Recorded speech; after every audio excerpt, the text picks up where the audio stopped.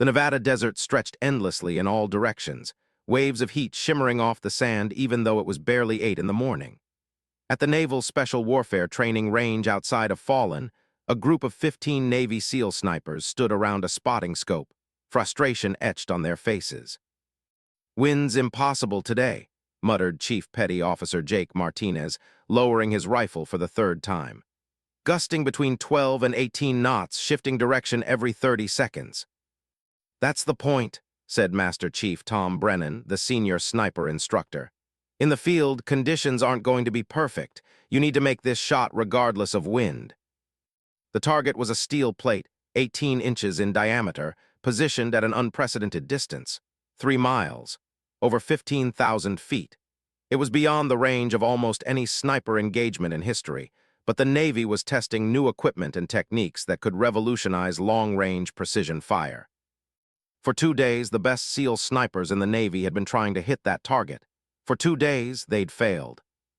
"Let me try again," said Lieutenant Ryan Cooper, settling behind a massive .50 caliber rifle mounted on a specialized rest. Cooper was legendary among the SEAL community, credited with over 40 confirmed kills during his deployments, including several shots over a mile. If anyone could make this shot, it should be Cooper. He checked his data: elevation, windage, temperature, barometric pressure, even the Coriolis effect from the Earth's rotation. Everything had to be calculated perfectly at this distance.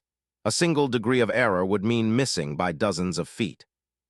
Cooper controlled his breathing, slowing his heart rate, entering the meditative state that all great snipers cultivated. His finger touched the trigger with practiced gentleness. The rifle boomed, the massive .50 caliber round screaming downrange. Everyone waited, watching through spotting scopes. "Miss," called the observer. "High and right, maybe 4 feet. Cooper swore softly and stood up. "I had everything perfect. The wind must have shifted mid-flight." "At 3 miles, the bullet's in the air for almost 10 seconds, Brennan explained. "The wind can shift 3 or 4 times during the flight. You're not just calculating current conditions, you're predicting what they'll be along the entire trajectory." "It's impossible," muttered another sniper. "Nothing's impossible," said a quiet voice from behind them. "Just difficult."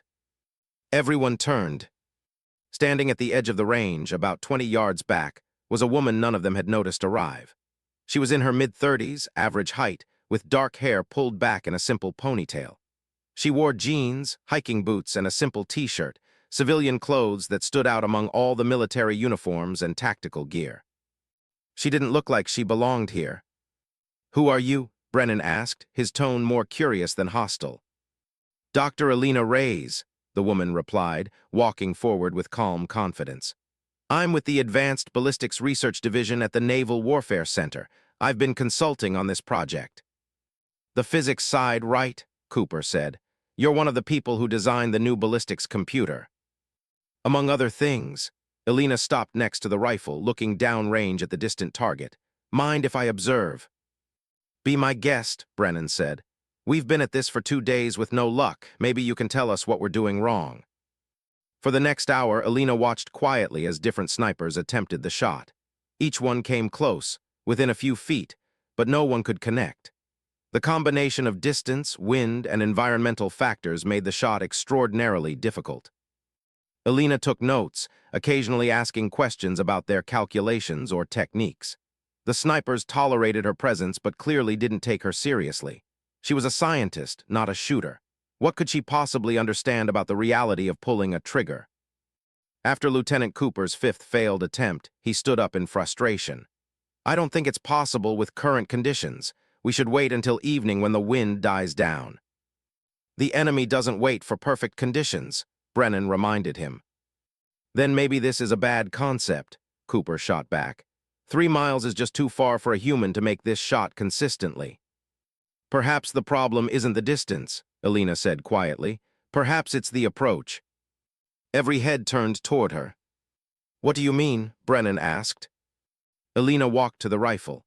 "You're all calculating the shot mechanically. Windage, elevation, all the physical variables. That's important, but you're missing something." "What are we missing?" Cooper's tone was skeptical. "Rhythm," Alina said simply. At 3 miles, your bullet is in flight for 9 to 10 seconds depending on conditions. During that time, the wind is constantly changing. You can't calculate it perfectly because it's not a static problem. It's a dynamic one. She pointed downrange. Watch the mirage, the heat shimmer, see how it moves. They all looked. The heat rising from the desert floor created visible distortions in the air, patterns that shifted and flowed.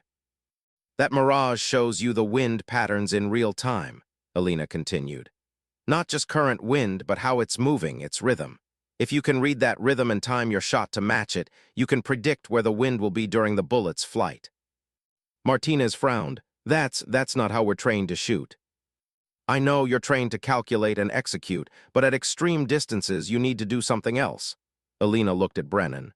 May I try? The question hung in the air. Several of the SEALs exchanged glances. This civilian scientist wanted to attempt a shot that none of them, highly trained operators with years of experience, could make. Cooper actually laughed. No offense, ma'am, but have you ever fired a rifle before? Yes, Alina said simply. A .50 caliber. Once or twice. This isn't a game, Cooper said, his tone condescending now. This weapon has significant recoil. It takes training just to handle it properly, let alone make an accurate shot. Alina met his eyes calmly. I understand, but I designed the ballistics model you're all using. I've run 10,000 simulations of this exact shot. I'd like to test my hypothesis about rhythm and timing. Brennan studied her for a long moment, then he shrugged.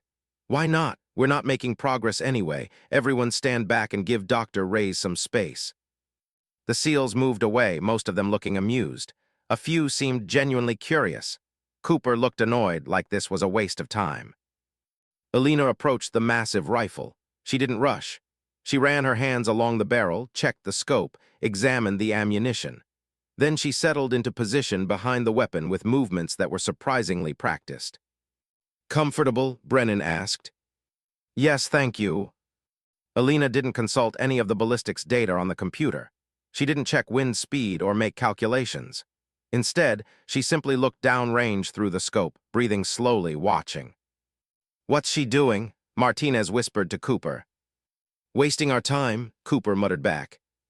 Alina watched the mirage shimmer and dance. She watched the patterns in the heat distortion, the way they flowed and shifted. To most people, it would look random. But Alina had spent years studying fluid dynamics, chaos theory, and pattern recognition. She could see the rhythm. The wind wasn't random. It followed patterns, complex ones, yes, but patterns nonetheless. Like waves on an ocean, they built and subsided, shifted and changed, but always with an underlying order. Alina's breathing slowed further. Her heart rate dropped. She entered a state of deep focus that had nothing to do with military training and everything to do with years of meditation and mental discipline. She felt the rhythm. She waited. The SEALs shifted impatiently. This was taking too long. Cooper checked his watch, making a show of it. Then, without any apparent signal, Alina took one calm breath and held it. Her finger pressed the trigger. The rifle roared. The massive recoil would have knocked most untrained shooters backward, but Alina absorbed it perfectly, her body positioned exactly right to handle the force. The bullet left the barrel at over 2,700 feet per second, beginning its long arc across the desert. Everyone raised their spotting scopes, watching. The bullet flew for what seemed like forever, 9.4 seconds by Brennan's count. And then, impossibly, a metallic clang echoed across the desert. Hit, the spotter called out, his voice shocked. Direct hit, center mass. Silence. Every SEAL stared at Alina, who was calmly sitting up from the rifle, her expression unchanged. How? Cooper started, then stopped. Alina stood and brushed dust off her jeans. The wind pattern repeats approximately every 43 seconds. There's a 4-second window during each cycle where the crosswind drops to minimal levels across the entire trajectory. I waited for that window. Brennan was looking at her with new respect. You could see that pattern. Once you know what to look for, yes. That's not possible, Cooper insisted. No one can read wind patterns that precisely. I just did, Alina said simply. Martinez stepped forward. Dr. Reyes, with respect, that could have been luck. One shot doesn't prove anything.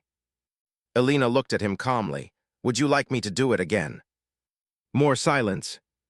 Yeah, Brennan said slowly. I would. Elena returned to the rifle. This time, everyone watched her carefully, trying to see what she was seeing, trying to understand her method. Again, she settled into position. Again, she watched the mirage, breathing slowly, reading the invisible patterns in the air. Again, she waited. And again, after what felt like roughly 43 seconds, she took one calm breath and fired. 9.6 seconds later, another metallic clang. Hit, the spotter called, dead center again. Now the SEALs were paying attention, really paying attention. 3 out of 3, Brennan suggested, his tone almost challenging. Elena nodded and prepared for a third shot. This time, several of the snipers watched through their own scopes, trying to see what she was seeing. They watched the mirage, the heat shimmer, looking for the pattern she described. Some of them started to see it, the way the distortions moved, the rhythmic quality to the shifts. Elena fired. Another hit. Cooper stepped forward, no longer dismissive. How long have you been shooting? About 15 years, Elena replied. Military training. No, my father taught me. He was a competitive long-range shooter in Mexico before he immigrated to the United States. And this pattern recognition thing, that's something you learned from him. Partially, he taught me to read wind by watching nature, grass, leaves, dust. The principle is the same, just applied to heat distortion at extreme distance. Elena paused. The rest came from my research. I have a doctorate in applied physics with a focus on ballistic trajectories and environmental variables. Brennan was nodding slowly, understanding dawning. You're not just a theoretical physicist. You're a practical shooter who happens to also understand the math. I prefer to think of it the other way around, Elena said with a slight smile. I'm a shooter who learned the math to get better. Can you teach this? Martinez asked. The pattern recognition. I think so. It requires a certain mental discipline and ability to see patterns in complex systems. But yes, it can be taught. Brennan looked at his team of frustrated snipers, then back at Elena. Dr. Reyes, I think we need to have a longer conversation. Would you be willing to work with my team, not just as a consultant, but as an instructor? Elena considered for a moment. My expertise is in research, not teaching military personnel. But you just did something none of my best snipers could do, Brennan pointed out. 3 times in a row, whatever you know, we need to know it too. Elena looked at the group of SEALs. Most of them were watching her with new respect now, though Cooper still looked skeptical. I'll need to clear it with my supervisors, she said finally, but if they approve, I'm willing to try. Good, Brennan extended his hand. Welcome to the team, Dr. Reyes. As they shook hands, Cooper stepped forward. Dr. Reyes, no disrespect, but I'd like to understand exactly what you're doing. The Navy's best snipers couldn't make that shot, but you, a civilian scientist, hit it 3 times in a row. That seems unlikely. Elena met his skeptical gaze calmly. You're suggesting luck or deception. I'm suggesting I'd like to understand the mechanism. Because what you're describing, reading wind patterns by watching heat shimmer, that's not part of any sniper training I've ever encountered. That's because military sniper training focuses on mechanical calculation, Elena replied, which works perfectly well at normal engagement distances, but at extreme range, the number of variables becomes too complex for pure calculation. You need a different approach. And you think watching heat waves is that approach? I don't think it, I know it, because I just demonstrated it. The tension between them was palpable. Cooper clearly didn't like being shown up by a civilian, but he was also professional enough to recognize results when he saw them. Fine, he said, then teach us. If this can really be taught, I want to learn it. Elena nodded. I'll do my best. As the group began packing up equipment, Brennan pulled Elena aside. Can I ask you something, Dr. Reyes? Of course. Why did you wait until now to demonstrate this? You've been consulting on this project for weeks.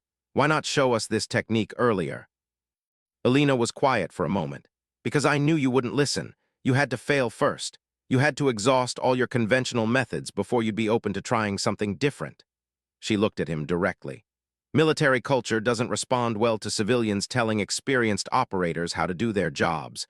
I had to wait until you were ready to see me as something other than a theoretical scientist. Brennan smiled ruefully. You're not wrong, we can be pretty stubborn. Most experts are, Alina said without judgment. It's not a character flaw, it's the result of extensive training and experience. But sometimes that expertise can become a limitation, preventing you from seeing solutions that exist outside your framework. And you don't have that limitation. I have different limitations. I'm not a combat veteran. I've never operated under fire. I don't know what it's like to take a shot knowing that someone's life depends on it. Alina's expression was serious. What I do know is physics, mathematics, and pattern recognition, and I know that at extreme distances, those things matter more than combat experience. Brennan nodded slowly. I'm starting to understand that. Dr. Reyes, I think you're going to shake up our sniper program in ways we haven't even considered yet. That's not my intention, Alina said. I just want to help people make shots that currently seem impossible. Well, you did that today 3 times. Brennan checked his watch. It's almost noon. Want to join us for lunch? We can discuss the training program. I'd like that. As they walked toward the vehicles, Alina glanced back at the rifle, then downrange at the distant target 3 miles away. The SEALs had thought the shot was impossible. But Alina Reyes had never believed in impossible. Just difficult. And with the right approach, with the right understanding, even the most difficult challenges could be overcome. She'd proven that today. But she had a feeling the real challenge was just beginning. 2 weeks later, Alina stood in front of a classroom at the Naval Special Warfare Center in Coronado, California. 15 SEAL snipers sat in chairs designed for men much larger than her, all of them watching her with varying degrees of skepticism and curiosity. Good morning, Alina began. For the next 3 weeks, we're going to completely rebuild how you think about extreme long-range shooting. Lieutenant Cooper, seated in the front row, raised his hand. Dr. Reyes, before we start, I think a lot of us have questions about your background. We know you have a doctorate in physics, but what's your actual shooting experience? It was a fair question, and Alina had expected it. I started shooting at age 7, she said. My father, Javier Reyes, was a competitive shooter in Mexico. He represented his country in international competitions before immigrating to the United States when I was 6. She pulled up a photo on the screen. A young man standing on a podium, holding a rifle and a silver medal. That's him at the Pan American Championships in 1985. He specialized in long-range precision rifle, distances from 600 to 1,000 meters. When he came to the U.S., he couldn't afford to compete anymore, so he poured everything into teaching me. Another photo appeared. A young Alina, maybe 12 years old, lying behind a rifle almost as big as she was. By the time I was 15, I was competing in junior national championships. By 18, I'd won 3 national titles in long-range shooting. Alina paused. But I realized something during those competitions. I was good at shooting, but I was better at understanding why the bullets went where they went. So I studied physics and mathematics, specifically as they applied to ballistics. She clicked to her next slide, her doctoral thesis title. Chaos Theory Applications in Long-Range Ballistic Trajectory Prediction Under Variable Environmental Conditions. For my doctorate, I developed mathematical models to predict bullet behavior in complex wind conditions. The Navy's Advanced Ballistics Research Division recruited me right out of grad school. I've been working on extreme long-range precision fire systems for the past 8 years. Martinez raised his hand. So you're both a competitive shooter and a research scientist. Yes, I believe you need both perspectives. The science gives you the framework, but practical shooting teaches you things the math can't capture. The combination is what allows me to see patterns others miss. Cooper leaned forward. Dr. Reyes, with respect, competition shooting is very different from combat. You're shooting in controlled conditions at stationary targets. We deal with stress, time pressure, and consequences if we miss. You're absolutely right, Alina agreed. I've never taken a shot under fire. I've never had someone's life depend on my accuracy. Those are experiences I can't teach because I haven't lived them. She let that acknowledgement hang in the air for a moment. But what I can teach you is how to make shots at distances you currently think are impossible. And in combat, having that capability could save lives. Your teammates' lives. Maybe even civilian lives if you can eliminate a threat from a distance that keeps everyone else safe. The room was quiet. She had their attention now. What I'm offering isn't a replacement for your training. It's an addition, a new tool for your toolkit. Whether you use it in combat is up to you, but at least you'll have the option. Brennan, who'd been observing from the back of the room, spoke up. Dr. Reyes, why don't you show them what we saw in Nevada? The actual demonstration might be more convincing than the credentials. Alina nodded. Good idea, let's head to the range. An hour later, the entire class stood at the Coronado long-range facility. Alina had set up a target at 3,000 yards, just shy of 2 miles. Still an extraordinary distance, but more manageable than the 3-mile shot in Nevada. First, I want each of you to attempt this shot using your standard methods, Alina said. Take your time, use all your training and experience. I want to establish a baseline.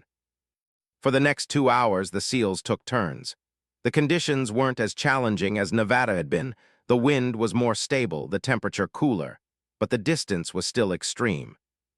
Out of 15 shooters, only 2 managed to hit the target. Cooper was one of them, and he couldn't hide his satisfaction. Good shooting, Lieutenant, Alina acknowledged. What was your process? Cooper described his calculations in detail, windage, elevation, even accounting for the Coriolis effect and spin drift. It was textbook perfect. Excellent, Alina said. Now, how long did it take you to calculate all that? Cooper checked his notes. About 4 minutes from getting behind the rifle to taking the shot. And in combat, would you have 4 minutes? Cooper's jaw tightened. Not always. Right, so now let me show you a different approach. Alina settled behind the same rifle Cooper had used. I'm going to make this shot in under 60 seconds from the time I get into position. Several of the SEALs exchanged skeptical glances. Alina took her position. Unlike Cooper's methodical process, she seemed to simply watch. Her breathing slowed, her body relaxed, and then exactly 53 seconds after settling behind the rifle, she fired. The target rang. Hit, the spotter called. Martinez stepped forward. How? You didn't even use the ballistics computer. I don't need to calculate what I can see, Alina replied. She stood and gestured to the scope. Come here, look through the scope and tell me what you see. Martinez looked. The target heat shimmer the terrain. Look at the heat shimmer more carefully. Watch how it moves. Martinez watched for 30 seconds. It's flowing like water, moving from left to right, but there's a pattern to it. It builds, then subsides, then builds again. Exactly. That pattern is showing you the wind in real time. Not just current wind, but how it's moving, how it's changing. If you can read that pattern, you can time your shot for optimal conditions. She had Martinez step back and then called Cooper forward. Lieutenant, you're an excellent shot. Your calculations were perfect, but watch this. Alina returned to the rifle and took another shot, this time in 47 seconds. Another hit. I'm not smarter than you, Alina said. I'm not a better shooter in terms of fundamentals, but I've trained my brain to recognize patterns in complex systems. That's something you can learn. Over the next 3 weeks, Alina taught them her method. It wasn't easy. The SEALs were used to relying on calculations and data.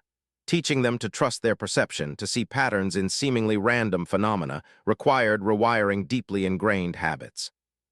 Some struggled more than others. Cooper, despite his initial skepticism, turned out to be a natural. His analytical mind could grasp the mathematical basis of what Alina was teaching, while his extensive shooting experience gave him the practical foundation to apply it. Martinez struggled at first. I don't see any pattern, he complained after a week. It just looks like random shimmer to me. You're trying too hard, Alina told him. You're trying to think your way to the answer. Instead, relax. Unfocus your eyes slightly. Let the pattern come to you instead of searching for it. She had him spend 30 minutes just watching heat shimmer without even touching a rifle. No pressure to shoot, no calculations, just observation. Slowly, Martinez began to see it. There, he said suddenly. It does repeat, not exactly the same, but there's a rhythm to it. Yes, Alina encouraged. Now you're seeing it.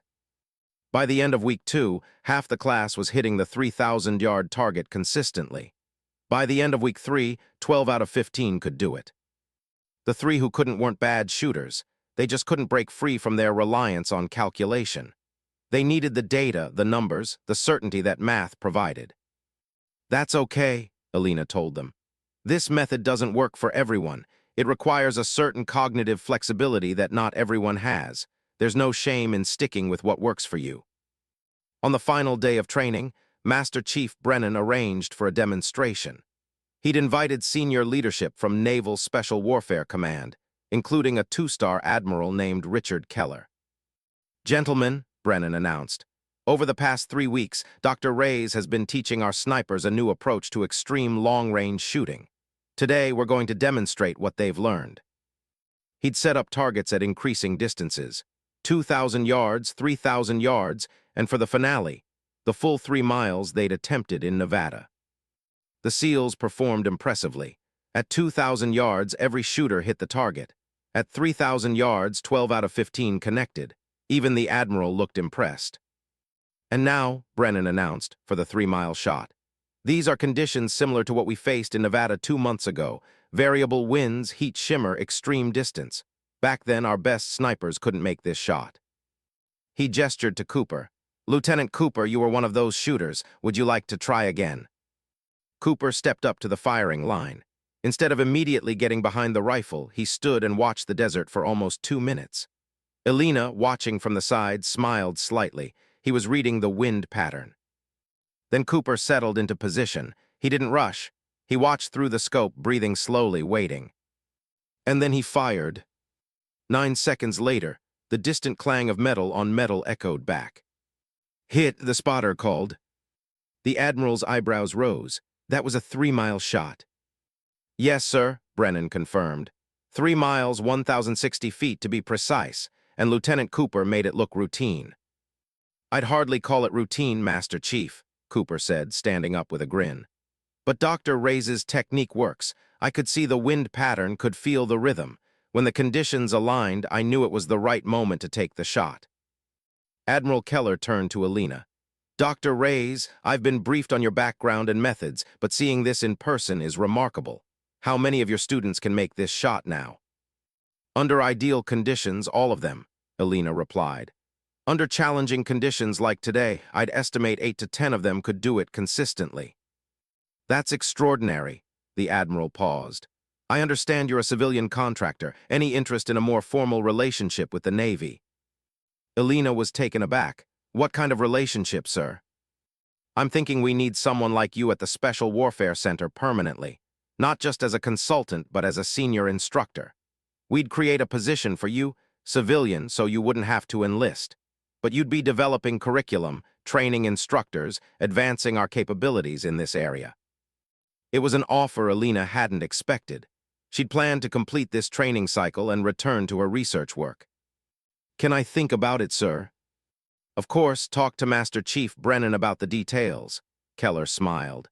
"But Dr. Reyes, what you've accomplished here in 3 weeks is remarkable. You've taken our best snipers and made them significantly better. The Navy would be fortunate to have you." After the admiral left, several of the SEALs came up to thank Elena personally. "I was wrong about you," Cooper admitted. "I thought this was going to be a waste of time. But you've made me a better shooter, and more importantly, you've changed how I think about the problem. Thank you."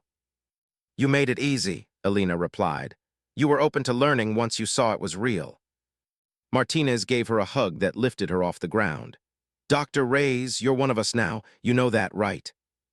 Elena laughed. "I'm not sure I qualify for that honor." "You qualified the moment you outshot every SEAL on that range in Nevada," Brennan said, walking up. "Elena, can we talk privately for a minute?" They walked away from the group, finding a quiet spot overlooking the Pacific Ocean. "The Admiral's offer is real," Brennan said.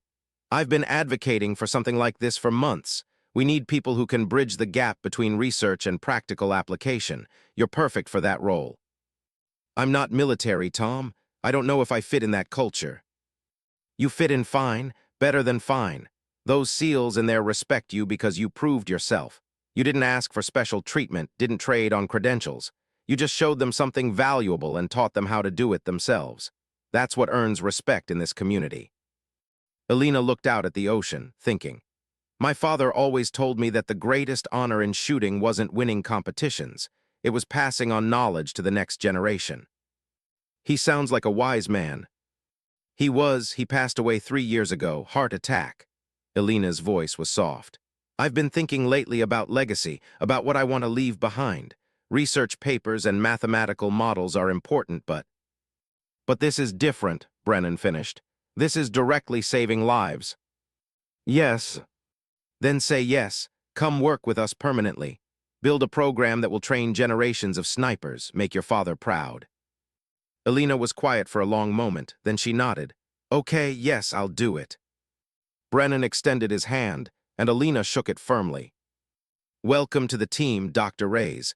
And for the record, you can call me Tom when we're off the range. Only if you call me Elena. As they walked back to join the others, Elena felt something she hadn't felt in years, a sense of purpose beyond her research. She was going to make a real difference here, training warriors to protect others from distances that seemed impossible. The U.S. SEAL snipers couldn't hit the target, until she hit 3 miles with a calm breath. And now she was going to teach an entire generation how to do the same. 6 months after Elena officially joined the Naval Special Warfare Center as a senior civilian instructor, the program she developed was being implemented across all SEAL sniper training courses. The results were remarkable. Hit rates at extreme distances had improved by over 40%, and students were making shots that previous generations would have considered impossible. But success in training was one thing, combat was another entirely. Elena was in her office reviewing ballistics data when Master Chief Brennan knocked on her door frame. Got a minute? He asked. Of course, what's up? Brennan closed the door behind him and sat down. His expression was serious. We have a situation developing overseas. Can't give you details, but there's a mission being planned that requires an extreme long-range shot, beyond anything we've attempted in actual combat. Elena set down her tablet. How far? Over 3,000 meters, possibly closer to 3,500 depending on final positioning.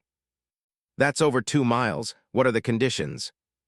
Urban environment, variable winds because of buildings creating turbulence, high-value target that we can't get close to through conventional means. Brennan leaned forward. The mission planners want to send 2 snipers trained in your methods, but they also want you there. Me, I'm not military. I can't deploy to a combat zone. You can as a civilian technical advisor. It's been done before. You'd be back at the operations center, not on the ground, but you'd be available for real-time consultation during the shot. Elena felt her stomach tighten. This was different from teaching. This was real. Lives would depend on whether her methods worked under actual combat conditions. Who are they sending? Cooper and Martinez. They're the best we have at this particular skill set. Elena nodded slowly. Both men were exceptional shooters who'd fully embraced her techniques. If anyone could make an extreme combat shot, it was them. When would this happen? Team deploys in 72 hours. Mission execution timeline is flexible based on conditions, but likely within a week of deployment. Elena thought about all the training, all the theory, all the demonstrations. This would be the ultimate test of whether it actually worked when it mattered most. I'll do it, she said. Where do I need to be? 3 days later, Elena found herself in a secure operations center in an undisclosed location in the Middle East. She couldn't know the exact country or city. That was classified above her clearance level. But she could see the video feeds, hear the communications, and provide technical support. The operations center was a climate-controlled building with multiple screens showing various camera angles, maps, and data feeds. Dozens of personnel monitored different aspects of the mission, from intelligence to logistics to communications. Elena's role was specific: support the sniper team with ballistics calculations and environmental analysis. Cooper and Martinez were positioned on a rooftop 2.3 miles from the target building. Elena could see them through a drone feed, 2 figures in desert camouflage, barely visible against the urban background. Sniper team, this is TOC, the Tactical Operations Center officer spoke into his headset. Radio check. TOC, this is Sniper 1, good copy. Cooper's voice came through clearly. Sniper 2, good copy, Martinez added. Dr. Reyes is online for technical support, the TOC officer continued. Snipers, you can communicate with her directly on Channel 3. Elena switched to the channel. Cooper, Martinez, this is Elena. I'm here if you need me. Good to have you here, Doc, Cooper replied. She could hear tension in his voice. This wasn't training anymore. For the next 6 hours, the team waited. The target hadn't appeared yet. Alina monitored environmental conditions, temperature, barometric pressure, wind speed, and direction at various altitudes.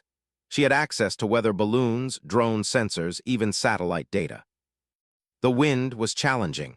Urban environments created unpredictable turbulence as air moved between buildings. This wasn't the open desert where patterns were clearer. Alina, Cooper's voice came through her headset. I'm seeing really irregular wind patterns, nothing like what we trained on. Alina pulled up the atmospheric data. He was right. The wind was chaotic, shifting direction and speed constantly. The buildings are creating vortices, she explained. Instead of looking for a repeating pattern, look for moments of calm. There should be brief windows when the turbulence settles. How brief? 3 to 5 seconds, probably. You'll need to be ready to take the shot the moment you see it. That's not much margin for error. I know, but it's there. Trust what I taught you. Martinez came on the channel. Alina, I'm running the ballistics computer here and getting wildly different solutions depending on which wind reading I use. This is frustrating. Stop using the computer, Alina said calmly. At this distance with these conditions, the calculations are going to be unreliable anyway. Too many variables changing too fast. Trust your eyes. Watch the heat shimmer, watch the patterns. When you see calm, you'll know. There was silence on the line. Alina knew what she was asking, for them to abandon the tools and training they'd relied on for years and trust a technique that was only 6 months old. Copy that, Martinez finally said. The hours crawled by. Alina stayed at her station, monitoring conditions, ready to provide support. Around her, the operations center hummed with quiet activity. Then suddenly, everything changed. All stations, this is TOC. Target is mobile. I repeat, target is mobile. ETA to position approximately 10 minutes. Alina's heart rate spiked. This was it. Snipers, prepare to engage, the TOC officer ordered. Alina switched to the sniper channel. Cooper, Martinez, how are you doing? Positioned and ready, Cooper replied. His voice was steady now, professional. The nerves were gone, replaced by focus. I can see the approach route Martinez is spotting. Wind conditions haven't improved, Martinez added. Still chaotic. Alina pulled up the latest atmospheric data. I'm showing a pattern. The turbulence builds for about 30 seconds, then calms for about 5 seconds, then builds again. The cycle isn't perfectly regular, but it's there. I see it, Cooper said. I'm timing it now. Alina watched the video feed, her hands gripping the edge of her desk. This was so different from the training range. There, if they missed, they just tried again. Here, if they missed. She pushed that thought away. TOC Sniper 1, Cooper called. Target in sight, requesting clearance to engage. Sniper 1, clearance granted. Take the shot when ready. Alina held her breath. On the video feed, she could see Cooper behind his rifle, completely still. Martinez was beside him with the spotting scope. Wind building, Martinez reported quietly. Building, peaking, starting to calm. Alina watched the data, saw the wind speed dropping. Calm window in 3, 2, 1. The massive rifle fired. Even through the video feed, Alina could see the recoil. Then everyone waited. 2.3 miles. The bullet would take almost 8 seconds to reach the target. Alina counted in her head. 1, 2, 3. Hit confirmed. Martinez's voice was triumphant. Center mass target is down. The operations center erupted in controlled celebration.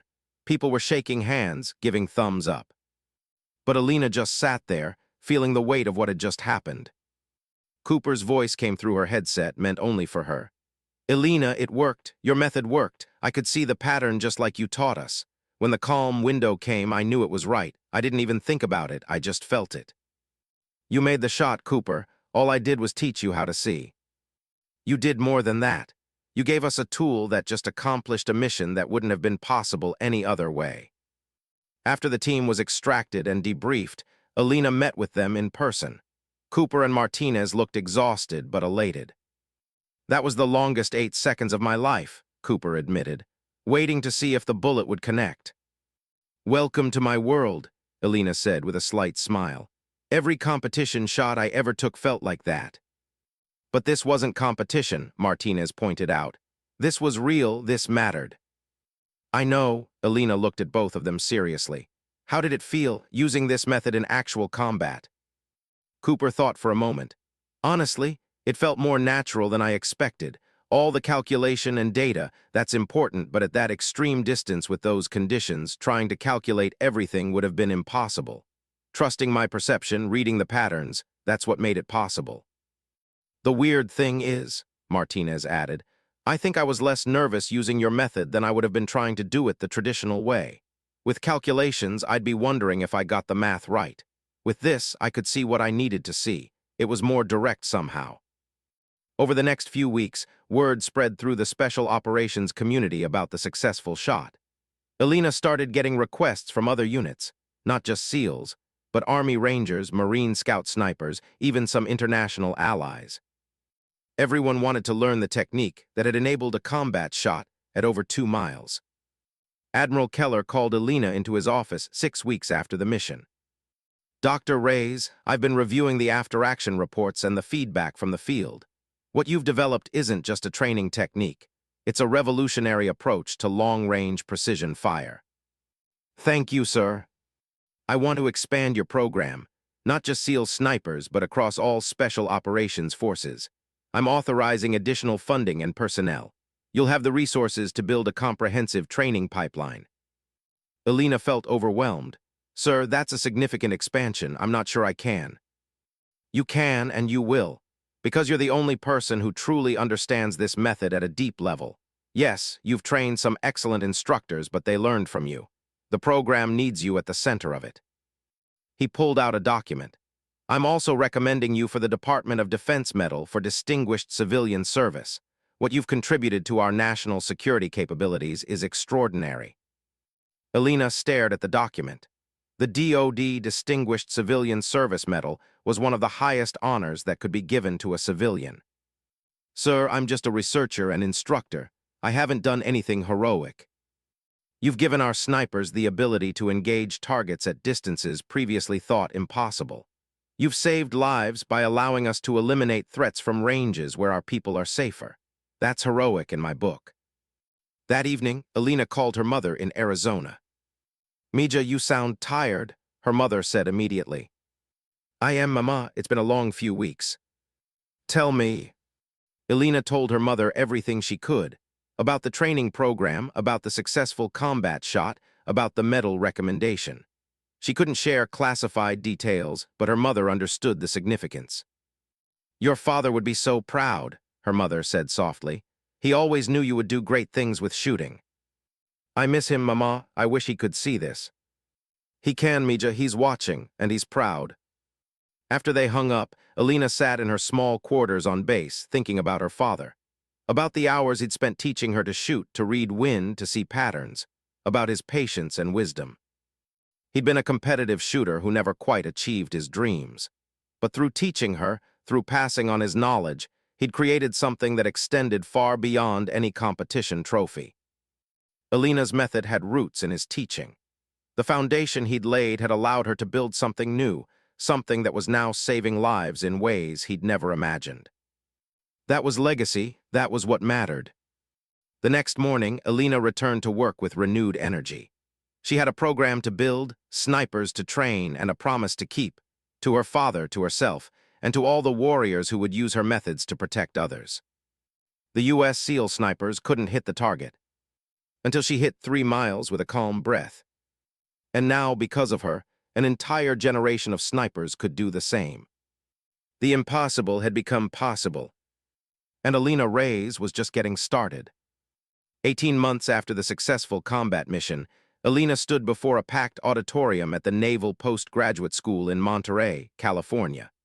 The room held over 300 people, military snipers from all branches, international allies, researchers, and senior defense officials.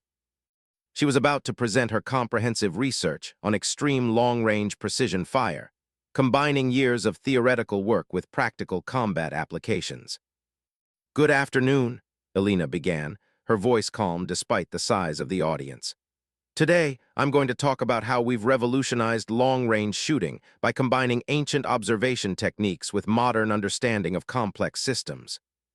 She clicked to her first slide, showing a photo of her father from the 1980s. This is Javier Reyes, my father. He was a competitive shooter who taught me that the wind isn't your enemy. It's a source of information. You just have to learn its language. For the next hour, Alina walked through her methodology. She explained the physics of why traditional ballistic calculations became unreliable at extreme distances. She demonstrated pattern recognition techniques using video examples. She shared data from hundreds of successful shots, both in training and in combat. But the most powerful part of her presentation was the testimony. Lieutenant Cooper, now promoted to lieutenant commander, stood and addressed the audience. 2 years ago, I was one of the best SEAL snipers in the Navy, and I couldn't make a shot at 3 miles. I had all the tools, all the training, all the experience, but I was missing something fundamental. Dr. Reyes taught me to see what I'd been looking at but not seeing. That knowledge saved lives on a mission that wouldn't have been possible any other way. Martinez, now a chief petty officer, spoke next. What Dr. Reyes teaches isn't just about shooting. It's about perception, about training your mind to recognize patterns in chaos. That skill has applications far beyond the scope. It's changed how I approach problems, how I make decisions under pressure. She didn't just make me a better sniper, she made me a better operator. A Marine Scout sniper named Captain Jennifer Torres stood up. I was skeptical when I first heard about this program. I thought it sounded like mysticism, not science. But after training with Dr. Reyes, I realized it's the opposite. It's about deeply understanding the physics and then training your intuition to process that information faster than conscious calculation can. Last month, I made a shot at 2,800 meters in Afghanistan that allowed us to extract a wounded operator safely. That was only possible because of what I learned here. One after another, snipers stood and shared their experiences. Some told stories of successful shots that had saved lives. Others talked about how the mental discipline of pattern recognition had helped them in unexpected ways. By the end of the presentation, even the skeptics in the audience were convinced. During the question period, a German sniper instructor raised his hand. Dr. Reyes, how do you select students for this training? Does everyone have the aptitude for this method? Alina shook her head. No, not everyone. I'd estimate about 70% of trained snipers can develop this skill to some degree, but only about 30% become truly proficient. It requires a specific type of cognitive flexibility, the ability to see patterns in complex systems, to trust perception over calculation, to maintain focus while staying relaxed. Those traits can be developed, but some people naturally have them more than others. An Army Ranger asked, can this method be applied to shorter range shots, or is it only useful at extreme distances? Great question, Alina replied. The pattern recognition technique works at any distance, but it's most valuable when the shot complexity exceeds what traditional calculation can handle reliably. For shots under 1,000 meters in normal conditions, traditional methods work perfectly fine. But as distance increases or conditions become more challenging, this approach becomes increasingly advantageous. After the presentation, Alina was surrounded by people wanting to discuss her work. It took her 2 hours to finally escape the crowd. She found Admiral Keller waiting for her outside the auditorium. Outstanding presentation, Dr. Reyes. You've come a long way from that first day in Nevada. Thank you, sir, though I feel like I'm still learning. That's what makes you effective. The best teachers never stop being students. Keller gestured toward his car. Can I give you a ride? There's something I'd like to discuss. As they drove through Monterey, Keller laid out his proposal. Alina, the program you've built has exceeded every expectation. We now have over 200 snipers trained in your methods across all service branches. Combat effectiveness at extreme range has increased dramatically. You've created something truly significant. It's been a team effort, sir. True, but you're the indispensable center of that team, which brings me to my point. I'm retiring next year. My replacement will be Admiral Sarah Morrison. She's brilliant, but she doesn't have the same connection to this program that I do. I'm concerned about continuity. Alina felt a chill. Are you saying the program might be discontinued? No, nothing that drastic, but it might be. Absorbed into other training programs, diluted. The unique elements that make it special could be lost as it gets standardized. What can we do? Keller pulled into a parking lot overlooking Monterey Bay. He turned to face Alina directly.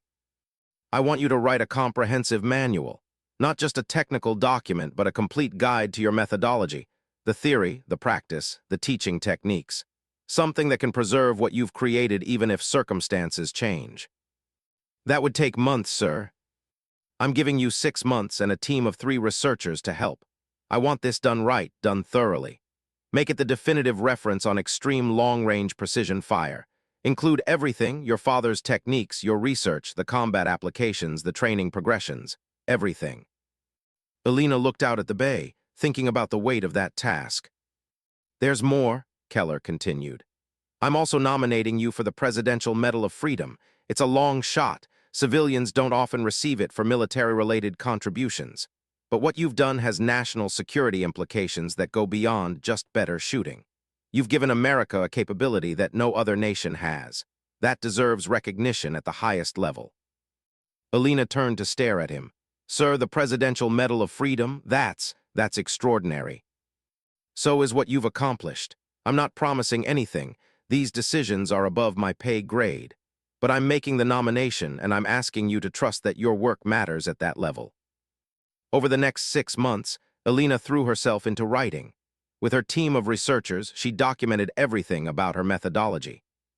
The manual grew to over 400 pages. It included the theoretical physics underlying extreme long-range ballistics, pattern recognition training techniques, progressive exercises for developing the necessary perceptual skills, case studies from actual combat applications, troubleshooting guides for common student difficulties, advanced techniques for different environmental conditions, even a section on the philosophy behind the approach.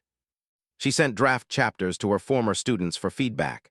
Cooper, Martinez, and dozens of others read sections and provided input based on their experiences. This is incredible, Alina, Cooper told her during one review session. It's not just a manual, it's like having you as a personal instructor. Your voice comes through clearly in the writing. The manual's final section was the most personal. Alina included a chapter about her father and the traditional techniques he'd taught her. She explained how indigenous peoples around the world had been reading natural patterns for thousands of years, watching grass and leaves to predict weather, observing animal behavior to track game. Modern technology is powerful, she wrote, but we must not forget the wisdom of observation that our ancestors developed over millennia. Computers can calculate trajectories, but only the human eye can see the living patterns in wind and heat. My father understood this. He taught me to trust my eyes as much as my equations. That integration of ancient wisdom and modern science is what makes this method work. When the manual was finally complete, Alina held the bound proof copy in her hands with deep satisfaction. This was her legacy, captured in pages that would outlive her. She sent a copy to her mother. 2 days later, her phone rang. Mija, her mother said, her voice thick with emotion. I just finished reading your manual. I'm crying. Why, Mehmet? Because your father is in every page. His teachings, his philosophy, his love of shooting. You preserved it all, but you also built something new on top of it. It's beautiful. Alina felt her own tears starting. I wanted to honor him, to show that what he taught me mattered. You did more than honor him, Alina. You immortalized him. 100 years from now, snipers will be reading this manual, learning these techniques, and they'll be learning from Javier Reyes even though they never met him. That's legacy, Mija. That's immortality. 3 months after the manual was published, Alina received a phone call from the White House. She was being awarded the Presidential Medal of Freedom. The ceremony was held on a sunny day in May. Alina stood in the East Room of the White House with a dozen other recipients, scientists, artists, civil rights leaders, people who'd made extraordinary contributions to American society. She felt out of place among such accomplished individuals. When her name was called, Alina walked forward on shaky legs. The president smiled warmly as he placed the medal around her neck. Dr. Alina Reyes, the president read from the citation, for revolutionary contributions to national security through the development of advanced precision fire techniques. Through her unique combination of scientific expertise and practical shooting experience, Dr. Reyes has given America's military forces capabilities that were previously thought impossible. Her work has saved lives, accomplished missions that protected American interests, and established the United States as the world leader in extreme long-range precision fire. In honoring Dr. Reyes, we also honor her father, Javier Reyes, whose immigrant story and dedication to teaching embody the best of the American dream. The room applauded. Elena saw her mother in the audience, crying and smiling simultaneously. After the ceremony, reporters asked Elena how it felt to receive such an honor. "I'm overwhelmed," she said honestly. "But I want to be clear, this medal doesn't just honor me. It honors every sniper who trusted me enough to try something new. It honors my father who taught me to see wind as information. It honors Master Chief Brennan who gave me a chance when I was just a civilian scientist. And most importantly, it honors all the warriors who use these techniques to protect others. They're the real heroes. I just gave them a tool." That evening, at a private dinner with her mother and a few close friends, Elena allowed herself to truly celebrate. Cooper and Martinez were there, both having flown across the country for the ceremony. Master Chief Brennan had come too, now a Command Master Chief and the senior enlisted leader at Naval Special Warfare Command. To Elena, Brennan raised his glass, who proved that the impossible is just difficult and difficult can be overcome with the right approach. They all drank to that. Later, Elena stood alone on a balcony overlooking Washington, D.C., the Presidential Medal of Freedom heavy around her neck. She thought about that first day at the Nevada range when the SEALs had been frustrated and skeptical, when she'd been just a civilian scientist that nobody took seriously. She thought about the moment she'd made that first 3-mile shot, proving that her method was real. She thought about Cooper's combat shot, about lives saved, about all the snipers who now had capabilities they'd never dreamed possible. And she thought about her father, teaching a 7-year-old girl to read the wind by watching grass. He'd started this journey, even if he'd never known where it would lead. Elena pulled out her phone and looked at an old photo, her father standing with his rifle, young and proud, full of dreams. "We did it, Papa," she whispered to the photo. "We changed the world." The wind blew across the balcony, and Elena smiled. Even now, even here, she could read its patterns, could feel its rhythm. Some skills, once learned, never left you. The U.S. SEAL snipers couldn't hit the target until she hit 3 miles with a calm breath. But the real story wasn't about one impossible shot. It was about a woman who honored her father's legacy by building something new on top of it. It was about the power of seeing what others overlooked. It was about proving that science and intuition weren't opposites, but partners. And it was about the fact that sometimes the most revolutionary breakthroughs came not from abandoning tradition, but from understanding it deeply enough to extend it in new directions. Elena Reyes had done exactly that. And her legacy would live on in every sniper who learned to see the wind's patterns, to trust their perception, to make shots that seemed impossible. One calm breath at a time,